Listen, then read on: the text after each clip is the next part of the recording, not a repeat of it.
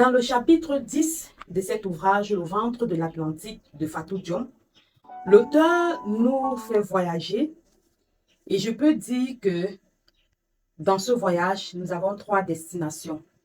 La nostalgie du pays, de l'Afrique, les rêves d'enfance et la solitude de l'Europe. La nostalgie du pays et de l'Afrique, elle est nostalgique. Elle a le souvenir de son enfance, etc. Ça ne m'intéresse pas. Ce qui m'intéresse ici, c'est nos rêves d'enfance.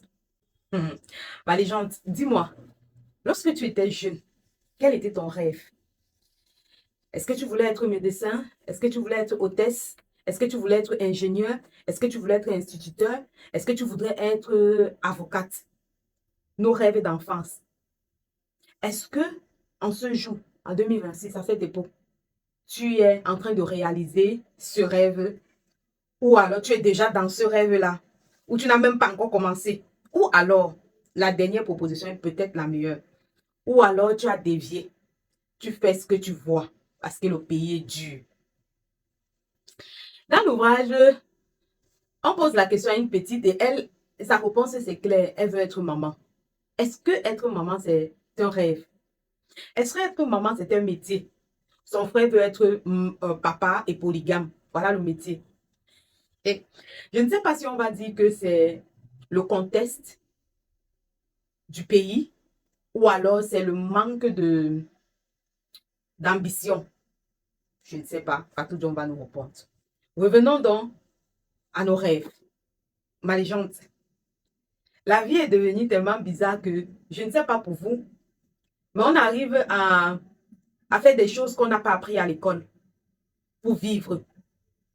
C'est dur au pays. Peu sont des personnes qui ont rêvé être ingénieurs et qui sont ingénieurs aujourd'hui.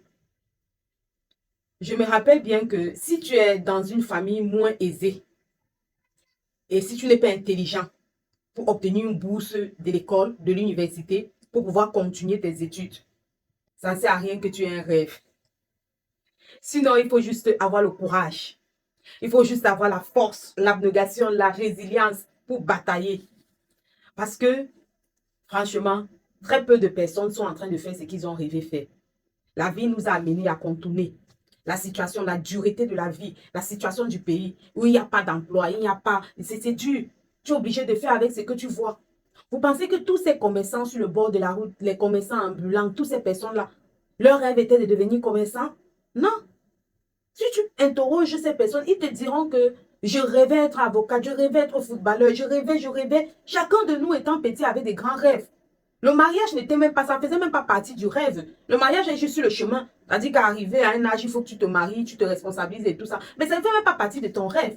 Tu rêvais de devenir être avocate. Tu rêvais de devenir être journaliste. Tu rêvais de devenir être président de la République. Mais au fur et à mesure que tu grandis, tu te rends compte qu'il n'y a pas de deux présidents de la République. Il n'y a qu'un seul président de la République. Tu te rends compte que pour accéder à un poste de responsabilité, il faut faire ça, il faut faire ça, il faut faire ça. De nos jours, les rêves d'enfance.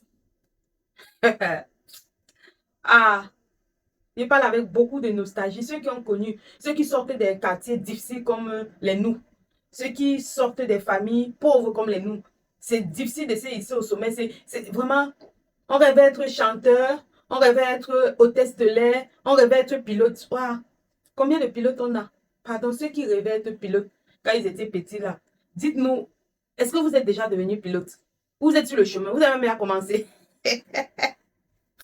Oh, le livre de Fatou Diom, c'est magnifique et c'est pour ça que j'aime cette citation. Vaut-il mieux être un enfant avec des rêves et devenir un adulte qui sait gérer ses désillusions? Ou être un enfant sans rêve et devenir un adulte agréable, surpris par ses succès occasionnels? Est-ce que, ma légende, il vaut mieux être un enfant avec des rêves et devenir un adulte qui sait gérer ses désillusions? Ou alors, il vaut mieux être un enfant sans rêve et devenir un adulte agréable, surpris par ses succès occasionnels? Je te laisse le soin de répondre à cette question, ma légende. Cette question est très importante parce que on s'est rendu compte que, étant plus jeune, on a des rêves. Au fur et à mesure qu'on grandit, on s'éloigne de ces rêves-là. On fait tout, mais il n'y a pas les moyens financiers. Les circonstances ne sont pas réunies. On se bat, on fait tout ce qu'on peut. Mais la vie nous éloigne de ces rêves-là, au point où, devenu adulte, on est obligé de faire ce qu'on voit. Et on bénit Dieu pour nos succès occasionnels. On bénit Dieu pour ce qu'il fait dans nos vies. On bénit Dieu pour ce que nous remportons. Qu'est-ce que tu en penses, ma légende? Fatou Diom parle de la solitude de l'Europe.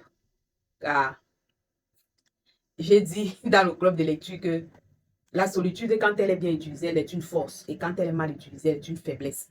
Au moins, elle est en baigne, non? Elle est en baigne avant de connaître la solitude. Au pays, tu connais la solitude. Ici au pays, non.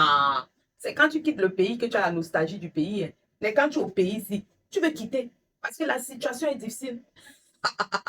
Tu manges un repas par jour, tu ne parviens même pas. Il faut payer l'eau, il faut payer l'électricité, il faut te nourrir, il faut trouver un travail, tout ça là. Pas de la nostalgie quand tu es en bain. Oh, tu pars. C'est quand tu es en bain que tu as la nostalgie du pays. Mais quand tu es ici au pays, tu n'as pas la nostalgie. Tu es obligé de batailler. En tout cas, le chapitre 10, ma légende, je t'encourage à lire ce chapitre 9 et 10. Ce sont des chapitres qui me parlent. J'espère qu'ils te parleront et qu'ils seront une bénédiction pour toi. Bye bye.